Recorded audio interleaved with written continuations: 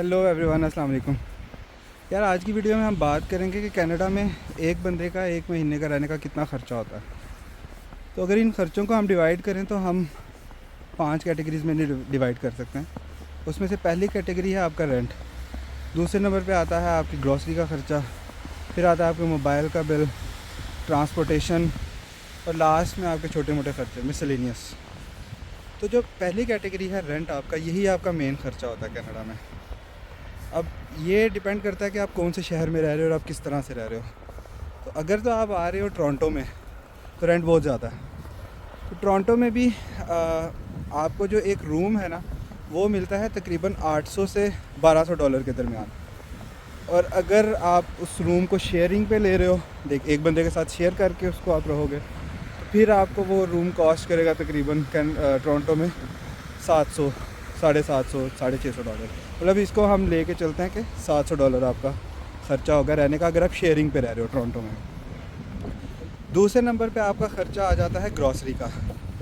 Grocery आपकी जो है वो पर मंथ आपको कॉस्ट करेगी तकरीबन 200 डॉलर। अब इसमें आपका क्या कुछ आता है, इसमें आपका आता है आपके खाने पीने का ख़र्चा, लाइक आपके किचन की जितनी भी चीज़ें हैं, आपका आटा, चावल, अगर रोटी लेनी है रोटी, दालें, मीट, जूस, एवरीथिंग। आपके वॉशरूम की चीज़ें जैसे कि आपका शैम्पू वगैरह हो गया, साबुन हो गया, और आपके घर की सफाई की चीज़ें। तो ये आप सारा कुछ कर कर आके आपका 200 डॉलर इसमें ख़र्चा होता है एक महीने का। तीसरे नंबर पे आपका आ जाता है मोबाइल का बिल, बल्कि मोबाइल को आखिर पे रखते हैं। तीसरे नंबर पे आके आती है ट्रांसपोर्टेशन की कॉस्ट।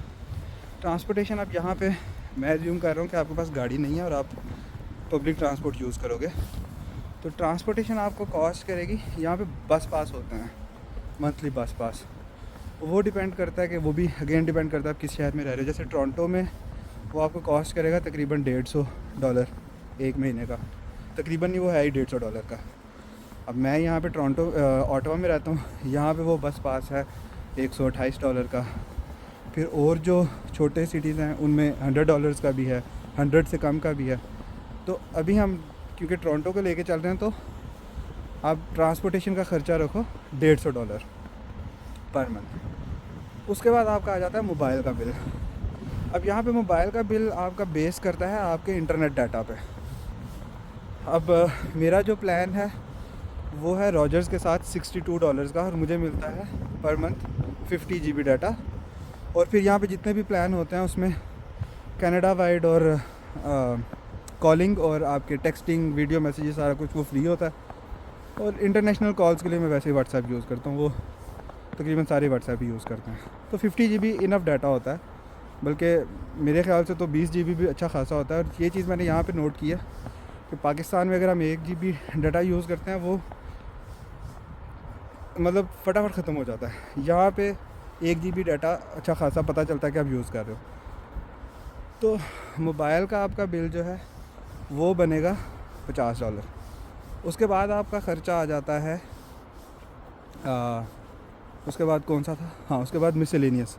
अब मिसलेनियस मैंने वो कैटेगरी रखी है जो आपका अनएक्सपेक्टेड ख़र्चे होते हैं। लाइक कभी आपने अगर जाना है और आपको बस नहीं मिल रही, या जैसे भी बर्फ़ बहुत पड़ी हुई है आज, तो बस का इंतज़ार बंदा ठंड में नहीं कर सकता यहाँ पे, क्योंकि यहाँ पे -20, -15 इतना टेम्परेचर चला जाता है।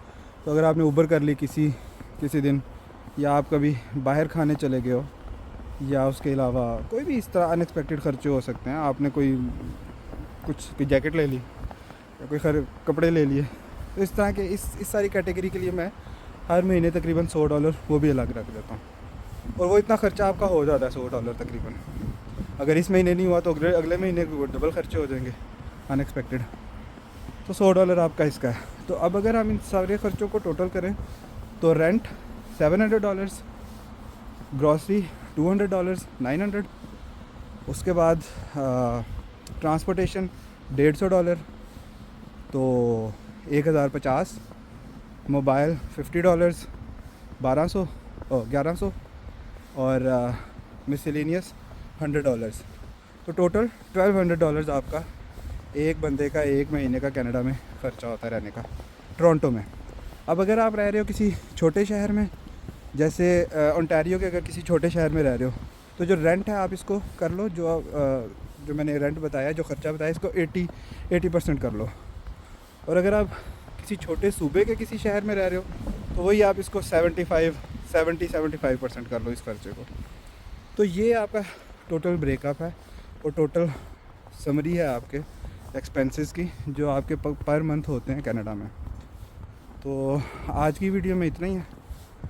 इंशाल्लाह फिर किसी और इन्फॉर्मेटिव वीडियो के साथ नई वीडियो बनाऊंगा। तब तक के लिए अल्लाह हाफ़िज़।